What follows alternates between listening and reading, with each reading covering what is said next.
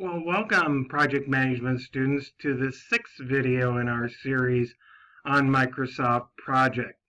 In video 6 and video 7, we'll primarily be looking at resources and developing a limited resource schedule based on those resources. As I like to say to my students in the classroom, this is really the jigsaw puzzle of Microsoft Project, trying to figure out the shortest possible schedule using a limited amount of resources. But in this first video, in video 6, we'll really be just looking at how to enter those resources into Microsoft. I indicated earlier, resources is being divided into two separate videos. The first one being entering resources, and the second being allocated and resolving over allocations. So in this video, which is video 6, we'll be doing the first 3 steps. We'll be looking at deleting the recurring task, shortening your overall schedule using either concurrent scheduling or adding leads and lags, and then entering those resources into what is known as the resource sheet. So with that, let's get started by looking at our little project. Well, here we have our little project that we've been working on throughout our time in these videos. The first step is we want to delete our reoccurring task. As I had perhaps indicated earlier, is that the reoccurring task does not automatically shrink or enlarge as the overall schedule does those things. It only does what you ask it to do. Therefore, we need to delete the reoccurring task to ensure the integrity of the critical path, which we always want to make sure is showing. If we don't, the critical path may disappear. And the reason is that the reoccurring task is longer than what we are actually doing within our project. So that's the first thing we want to do. And you just highlight the line where the reoccurring task happens, and then go to delete. And you right click and go to delete task. And click OK. And it's now been deleted.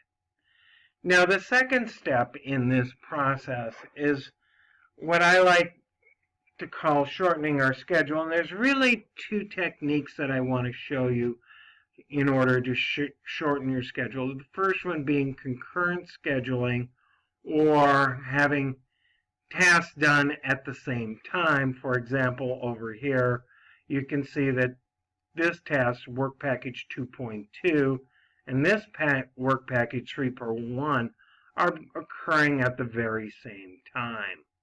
So that you can see that those are being done concurrently. Now let's say, for example, that instead we've decided that really 3.2.2 can happen at the same time as 3.2.1. How we do that is through adjusting our successors and our predecessors. So let's say, for example, 3.2.2, we want to have it the same as 2.1. Therefore, we just change that to 11, 13, and click away. Let's move this over so you can see it here maybe a little bit better. Click away, and you can see that it has moved over. One of the things that does happen when this occurs, when you do this kind of thing, is that successors might be lost. And you can see that there is no successor for line 15 there. So we do need to add a successor, which would be milestone 3 for our project, which is line 17. And now we have our critical path back. Now, So that's one way to do this, is through doing concurrent scheduling. And again, that is done through adjusting your successors and predecessors, looking for tasks that can be done simultaneously. So that's one way in order to shorten your schedule, by looking for tasks that can be done simultaneously. The second way is by adding leads and lags, one of which will shorten your schedule and the other of which will lengthen it. Lags, let's start out with lags. Lags is simply a waiting period. It indicates that a certain amount of time needs to pass before a task can be started.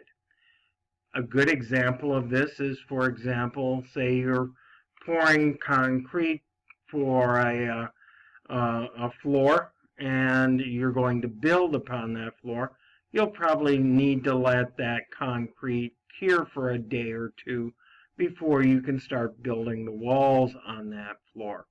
That's what is called a lag time, or a day or two of wait time. Lead is the opposite. It indicates that a task can happen before its predecessor has been completed by a certain amount of time. So let's say, for example, that 3.2.2 here can really start a day before 3.2.1 is completed. So how do we do that? Bring up the task information box for 3.2.2, and if you go to the predecessor tab, which I'm at, you'll notice that it has a lot of different information here. But one of the things is, over here you have this, what is known as a lag column. And right now it indicates 0 days. If you're adding a lead, it is a negative number in that column. If you're adding a lag, it is a positive number. So let me show you how to add a lag first. Let's say, for example, we're going to say 1 day. When I click OK here, watch down here and see what happens. It extended it out 1 day.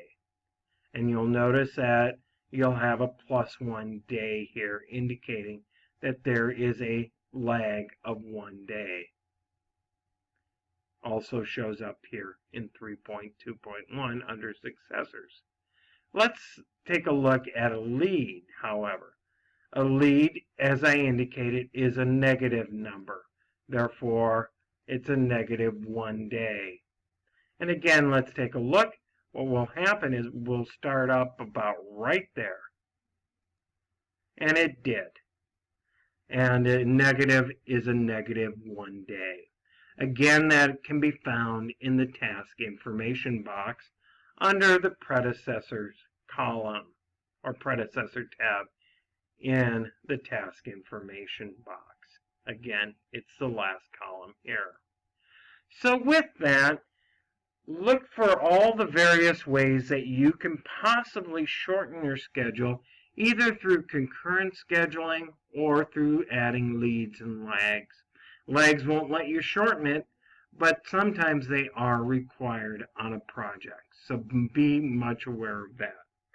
So now let's look at the next step, which is entering our resources into our Microsoft project file. That's done in what is known as the resource sheet. And if you come down here to the quick buttons, this one here is the resource sheet. Click on that, and this is what comes up. And for this one, for this video, we'll primarily be working in these first 6 columns here for our project. We'll be looking at these other ones in video 8 when we talk about cost and budget. So be aware of that. And let's take a look at our in-class example. You can see that we have several different types of resources. We have several human resources, including Tom, Joe, Alice, Betty, and Jackie. We have some material resources, which is wood and cable. And then we also have what is known as a cost resource. We'll get to that in just a second here, but let's start entering some of this information. And we'll want to enter it into the resource name column. So let's do this first one. We'll add Tom. Tom is a work resource. Work resources are those resources, they're human resources. Let's put it plain and simply. They are human resources. These are the people that are involved in your project. We don't need to add anything for work resources to the materials column. T will do that with materials. T indicates his initial, and it says that Tom, however, is not available for our project, so is only available for our project 75% of our time. Therefore, we need to change that in the max here and change that to 75%.